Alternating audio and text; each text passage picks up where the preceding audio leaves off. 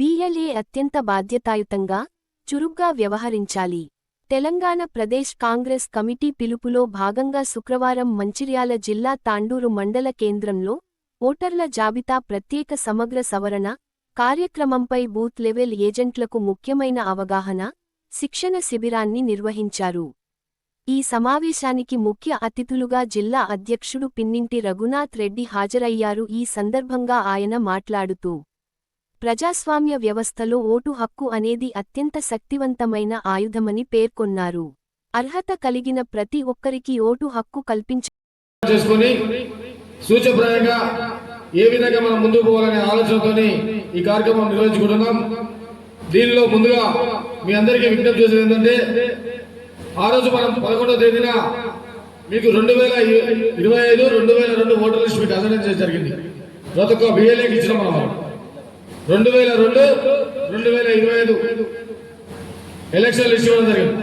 ఎందుకు చెప్తున్నానంటే, ఇప్పుడు వచ్చిన సిస్టమ్ పరంగా అంటే ప్రత్యేక సమగ్ర సవరణ ఎస్ఐఆర్ ఏదైతే ఉందో దాని ద్వారా భారతదేశ వ్యాప్తంగా బీజేపీ చేస్తున్నటువంటి కుట్రలో భాగంగా ఏవైతే minority, Muslim minority, Christian minority, Sikh minority, వారితో పాటు దళితులు, హరిజనులు ఉన్నటువంటి ఓటర్స్ ను టార్గెట్ చేసి వారిని ఓటర్ల జాబితాలోకి తొలగించాలని చెప్పి ఒక నిర్ణయం. రెండోది, ఏదైతే కాంగ్రెస్ పార్టీకి అనుకూలంగా ఉన్నటువంటి ఓటర్స్ తొలగించాలని. కాంగ్రెస్ పార్టీకి అనుకూలంగా అంటే ఒక ఎగ్జాంపుల్, ఇప్పుడు మహేందర్ రావు సార్ ఉన్నాడు. మహేందర్ సార్ ట్విట్టర్ ఉపయోగిస్తాడు, వాట్సాప్ ఉపయోగిస్తాడు, ఫేస్బుక్ ఉపయోగిస్తాడు, ఇన్స్టాగ్రామ్ ఉపయోగిస్తాడు. దాంట్లో ఫాలోవర్స్ ఎంతమంది ఉన్నారనేది వాళ్ళు ఐడెంటిఫై చేస్తారు.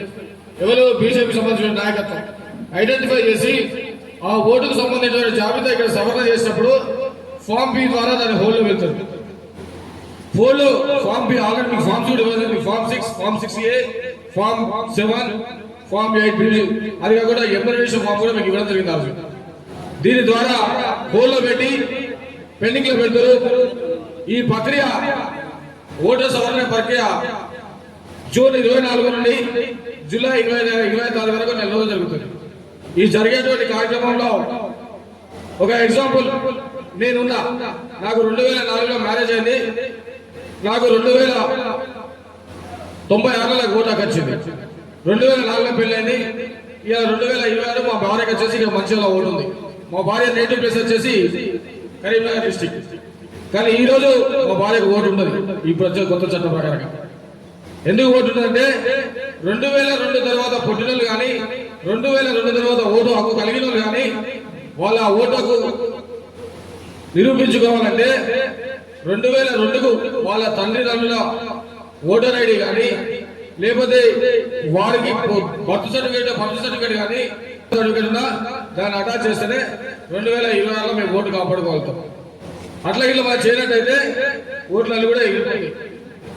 అదే కాదు, మీరు ఇంకొకటి గుర్తుపెట్టుకోండి, మీరందరికీ ఇక్కడ ఓటు ఉందనే ఆలోచన ఉన్నారు. మీకు కూడా ఓటు ఉందో లేదో మీకు జూలై 30 తారీఖు దాకా తెలియదు.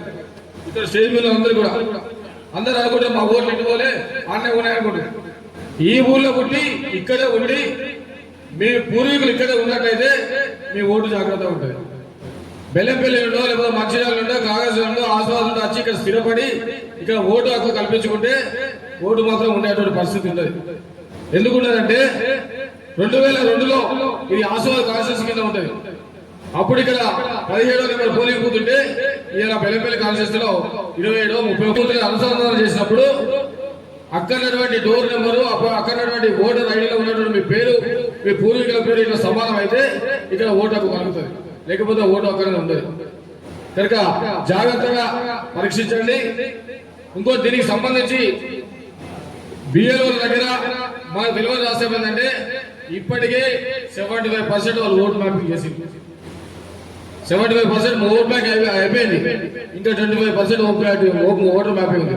ఈ 25% లో కూడా ఈ కాన్స్టిట్యూన్సీకి వచ్చేసరికి 39,000 ఓట్లు పోయినాయి. ఇప్పటికీ ఈ రోజు వరకు 39,000 ఓట్లు పోయినాయి. అలా మీ ఓటు ఉందో లేదో చూసుకోవాలి. అది ఎవరికి ఓటు పోయిందో ఎవరో తెలియదు, కానీ మేము ఇస్తాం ఆ లిస్ట్. 22వ తారీఖున ఓటర్ మ్యాపింగ్ మోటార్ మ్యాపింగ్ అనే లిస్టు. మ్యాపింగ్ అనే లిస్టులో మీరు జాగ్రత్తగా చూసుకుంటే మీ పేరుతో చూసుకోండి, ఉంటే సంతోషం, లేకపోతే ఓటర్ మ్యాపింగ్ అనే లిస్ట్ ఉంటుంది, దానికి డాక్యుమెంట్స్ జత చేయాలి. ఆ డాక్యుమెంట్స్ కూడా ఇప్పుడు నేను చెప్పినట్టుగా 2002 తర్వాత పుట్టిన వాళ్ళు అయితే బర్త్ సర్టిఫికెట్, వాళ్ళ అమ్మ నాన్న వాళ్ళ సర్టిఫికెట్స్ వాళ్ళు చేయాలి. ఇప్పుడు కూడా ఒక అవకాశం ఏంటంటే 2028కి ఎలక్షన్ జరుగుతుంది కాబట్టి దానికి ఇప్పుడు 16-15 సంవత్సరాల ఓటర్ స్లిప్ కూడా వాళ్ళు సబ్మిట్ చేస్తే వాళ్ళ ఓటు హక్కు వస్తాయి.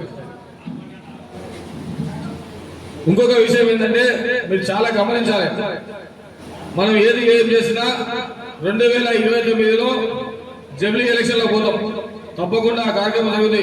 అందరూ అనుకుంటారు బయట ఏం జరిగేది, మొన్న బిల్ పాస్ కాలేదు, 80% జరుగుతుంది. అది అంతా మీరు మర్చిపోండి.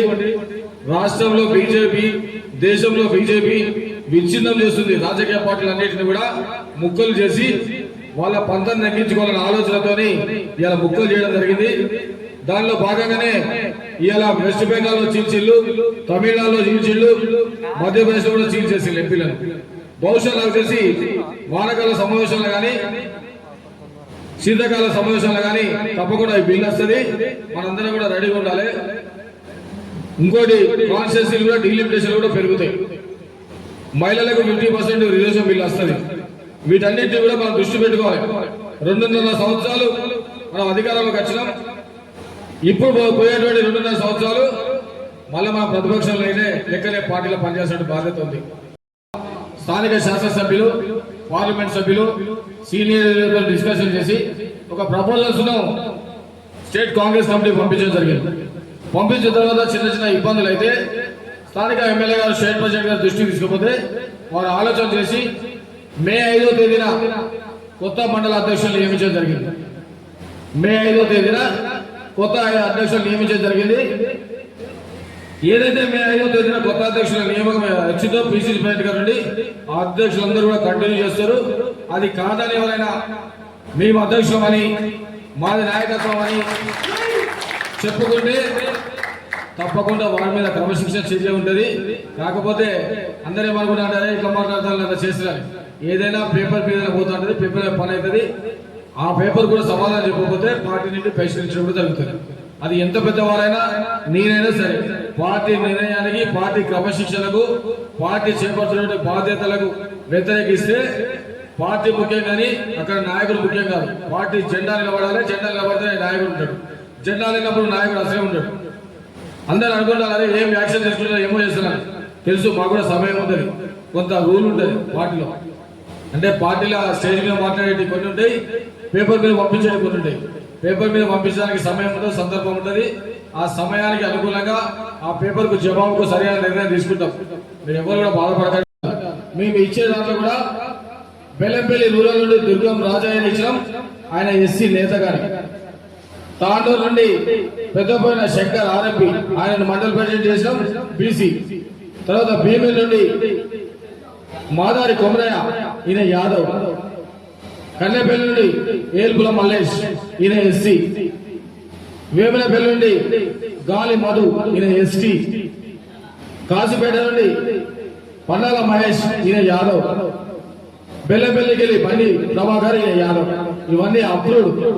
రఘునాథ్ రెడ్డి లేకపోతే ఇంకేమో మ్యాన్పేట్ చేసి ఇచ్చే కాదు. పిసిసి ప్రెసిడెంట్ అనౌన్స్ చేస్తే అది ఫైనల్.